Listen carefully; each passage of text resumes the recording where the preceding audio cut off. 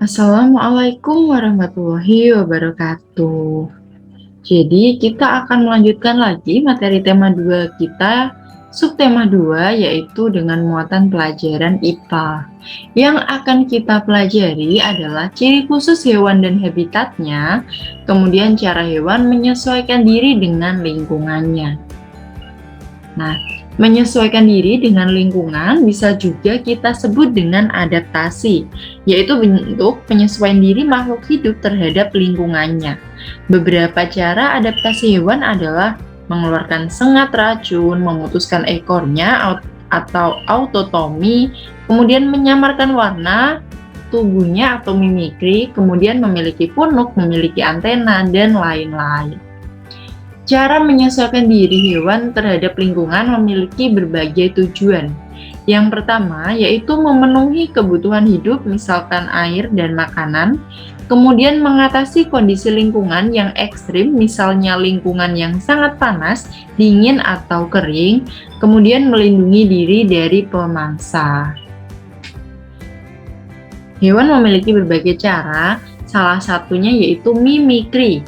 Mimikri adalah penyesuaian diri dengan mengubah warna dan sebagiannya sesuai dengan alam sekitarnya untuk melindungi diri dari bahaya.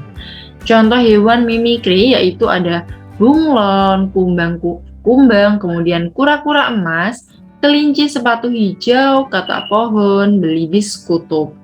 Nah, ada juga kuda laut. Di sini gambar yang kalian lihat adalah berbagai contoh hewan yang melakukan mimikri.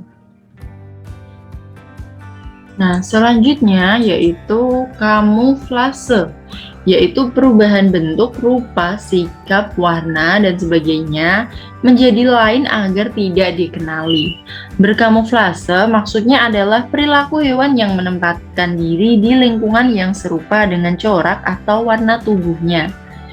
Jadi bedanya kamuflase dan mimikri, yaitu kalau mimikri tadi menyesuaikan tempatnya maka hewannya akan berubah warna. Tapi berkamuflase itu artinya menempatkan hewan itu atau hewan itu menempatkan dirinya pada tempat yang sekiranya tidak terlihat atau tidak dikenali. Contoh hewan yang melakukan kamuflase adalah belalang, beruang kutub, dan ular. Nah, di sini ada contoh belalang daun. Belalang daun dengan bentuk tubuhnya yang seperti itu, dia akan menempel kepada daun dan ketika sudah menempel, belalang daun akan sulit dikenali. Begitu juga dengan beruang kutub. Beruang kutub dengan bulunya yang putih bersih ketika di salju, beruang kutub terkadang tidak terdeteksi. Selanjutnya ada juga ular hijau. Nah, ular hijau ini suka sekali di pohon-pohon bergelantungan karena warnanya yang hampir sama dengan daun. Ular ini kadang tidak terlihat.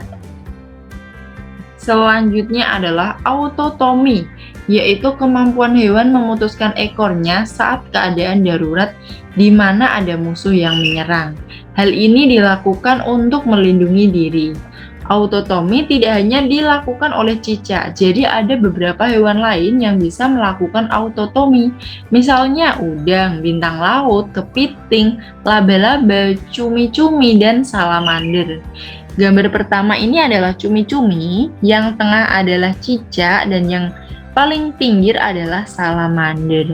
Mereka ini adalah hewan-hewan yang dapat melakukan autotomi. Nah, sekarang kita lihat berbagai jenis hewan dengan cara penyesuaiannya dan juga habitatnya. Di sini ada gambar bunglon. Ciri khususnya bunglon yaitu dapat merubah warna dirinya sesuai dengan tempat dia berdiam. Jadi ini tadi yang disebut mimikri ya. Kemudian bunglon juga memiliki lidah panjang sehingga bisa menangkap makanannya dari jarak jauh. Kemudian kaki bunglon dapat mencengkeram sangat kuat. Bunglon juga memiliki mata yang bisa berputar serta bisa melihat ke segala arah. Bunglon memiliki ekor yang bisa menggulung dan berguna untuk bergantung di pohon. Kemudian bunglon dapat merayap dengan cepat sehingga mudah melarikan diri dari musuh yang mengejar. Selanjutnya di sini ada hewan bebek. Bebek memiliki kaki yang berselaput. Jadi kaki bebek yang berselaput ini akan berguna ketika bebek berenang dan juga bisa membuat berenangnya bebek menjadi lebih cepat. Kemudian bebek juga memiliki paruh yang melengkung. Jadi paruh yang berbentuk melengkung lebih mudah untuk menangkap ikan tanpa ikan tersebut hancur. Kemudian leher bebek juga panjang. Leher yang panjang dapat membuat mangsa yang berjarak jauh menjadi lebih mudah ditangkap. Selanjutnya, bulu dengan lapisan lilin. Jadi bulu pada bebek ini ada lapisan lilinnya sehingga ketika bebek berenang itu mencegah sayap untuk basah. Selain itu, sayap bebek juga lebar. Sayap yang lebar ketika dikepakkan dapat membuat dorongan yang besar. Dorongan yang besar ditambah dengan kecepatan dalam mengepakkan sayap dapat membuat dorongan ke atas yang besar, sehingga burung dapat terbang. Maksudnya di sini bebek ya. Selanjutnya, unta. Unta ini adalah hewan khas di gurun pasir. Ciri-cirinya adalah memiliki punuk untuk menyimpan cadangan makanan. Punuk itu adalah tonjolan di bagian punggungnya. Nah, itu adalah tempat menyimpan cadangan makanan. Selain itu, unta memiliki telapak kaki yang tebal untuk mencegah panas dari gurun pasir. Kemudian memiliki bulu mata yang tebal agar tidak ada debu yang masuk. Karena di gurun pasir atau di padang pasir, ketika berangin mudah sekali pasirnya itu berterbangan. Nah, cara menyesuaikan dirinya yaitu dengan memiliki bulu mata yang tebal. Selain itu, lubang hidung unta juga dapat menutup agar tidak ada debu yang masuk. Kemudian unta juga memiliki kulit tebal sehingga tidak mudah berkeringat karena di gurun pasir sangat panas. Jadi unta ini adalah hewan yang sekali makan bisa banyak, tapi juga bisa bertahan untuk tidak makan lama. Selain itu, unta juga jarang buang air kecil. Jadi cairannya itu sangat dihemat sekali. Kemudian gurita. Gurita bertubuh lunak. Kemudian memiliki 8 lengan yang dilengkapi alat penghisap. Gurita juga memiliki paruh yang merupakan bagian paling keras yang ada di tubuhnya. Paruh ini berfungsi seperti rahang, yaitu untuk membunuh dan menggigit mangsa. Gurita memiliki mantel yang menyelubungi bagian perut dan nampak seperti kantung. Mantel ini terbuat dari otot.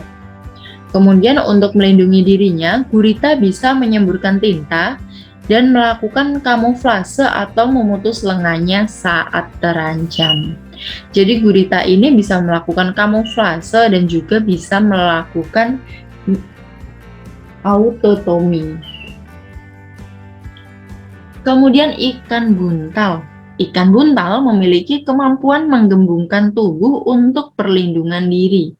Selain itu, ikan ini memiliki duri-duri yang beracun pada tubuhnya untuk melindungi diri dari pemangsa. Jadi ketika ikan buntal ini merasa terancam, ikan ini akan membesar tubuhnya. Untuk ukuran aslinya sebetulnya seperti ikan pada umumnya, tapi ketika merasa terancam dia akan menggembung.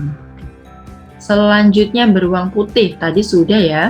Beruang kutub ini hidup di kutub dan melakukan penyesuaian yaitu dengan rambut putihnya sebagai kamuflase agar tidak mudah terlihat oleh pemburu dan lapisan lemak di bawah kulit untuk bertahan di suhu dingin.